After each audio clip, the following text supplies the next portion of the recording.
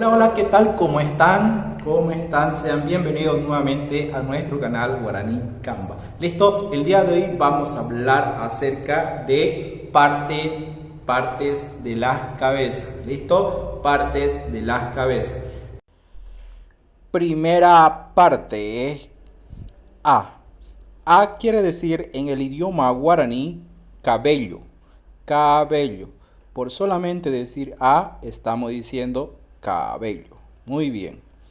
Segunda parte, sapuca, sapuca, que quiere decir ceja en el idioma guaraní. Ceja. Ropea, que quiere decir en el idioma guaraní pestaña, pestaña, ropea.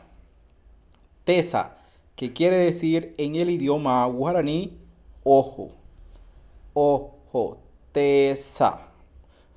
Tun, tun, con los dos puntos en la i, que quiere decir en guaraní nariz. Continuamos. Nambi, nambi, que quiere decir en guaraní oreja. Muy bien, oreja. Continuamos. Kun, kun, en el idioma guaraní, que quiere decir lengua, lengua.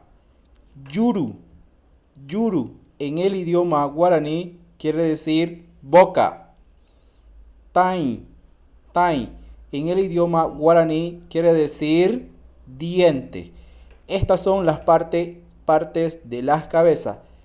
No se olviden de suscribirse en el canal para más videos. Nos vemos en un próximo video.